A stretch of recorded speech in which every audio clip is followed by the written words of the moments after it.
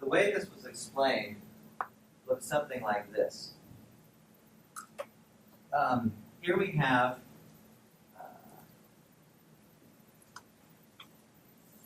what we'll call the conscious mind.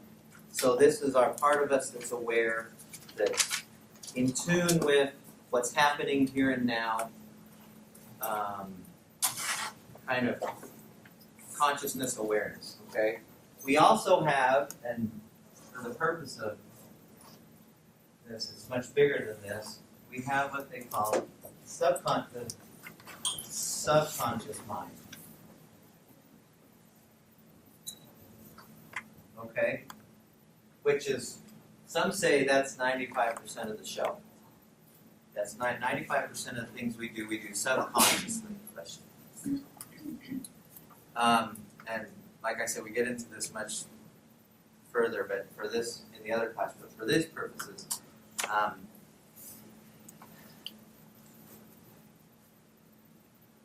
we're good with this.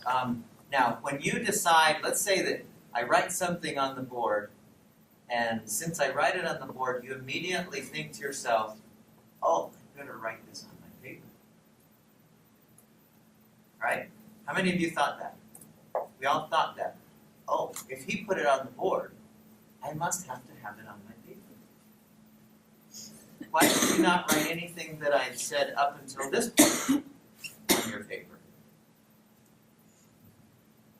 I haven't seen any writing happening except maybe some of you put this down, but I just talked for 15 minutes and no one wrote a thing. But as soon as I wrote this up there, I saw immediately, why did you do that?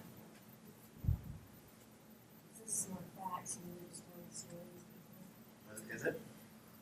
Is that the reason? What's the real reason, though? Okay, you might think, well, if it's on there, then possibly it will show up somewhere, and I might need to know this, right? How many of you didn't even think about it? You just, oh, okay. There's nothing wrong with that. But it's like, how many of you, when you were driving today, driving in to school, thought about how much pressure you have to put on the pedal in order to make your car go 55? Or, when you had to slow down, did you think, okay, I've got to release my foot with this amount of pressure, and then place it over here, and then push it with this amount of pressure in order to slow down? How many of you consciously had to do that? No, you just, oh, okay. Oh, okay. Subconscious. We do many, many things that are, and we like it that way. We don't have to remember everything.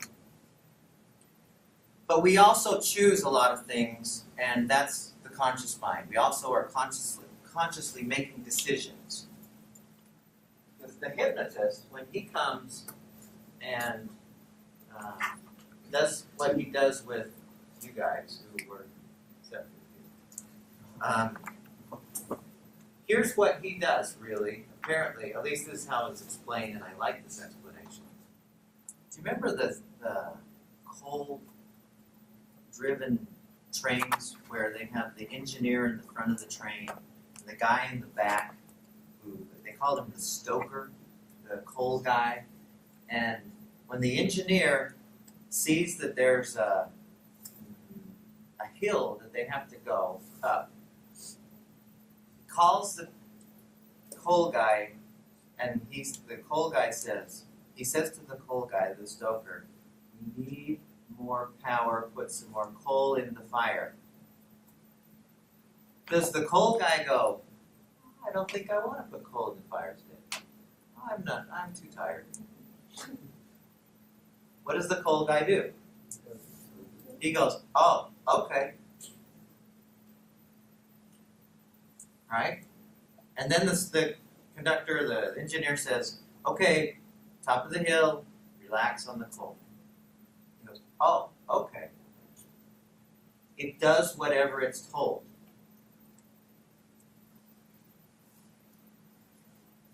Well, that's how our mind is somewhat works. We have, this is the engineer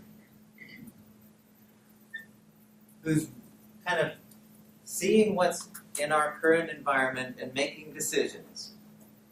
And then we have the subconscious mind, which is the cold guy, the stoker, who says, oh, I need to relax on how hard I'm pushing on that brake, or I need to relax on or I need to push down on the gas, or I need to write down something, or I need to, when you ate breakfast this morning, did you consciously think to yourself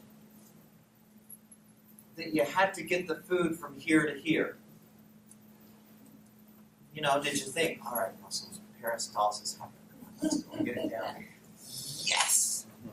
I'm so good at eating. Did you do that? No. It's part of this power that's us, does most of the things that you don't consciously think about breathing. You don't consciously think about your heart. You don't consciously think about, oh, I've got an itch. I've got to put my hand up here and move it this way to take, it just does.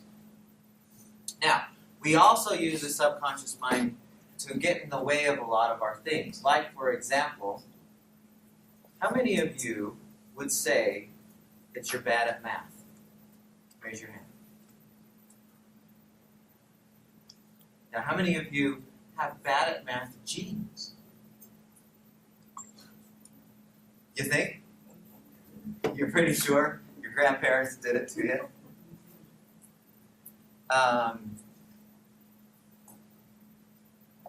See, whenever we tell ourselves, I'm bad at math, I'm shy, I'm uncoordinated, I couldn't possibly do that. Well, that's our engineer giving commands, and our subconscious mind just goes, oh, okay, I guess I'm bad at math. And your results seem to verify those commands that we give our subconscious mind. You just keep being bad at math. Does that make sense?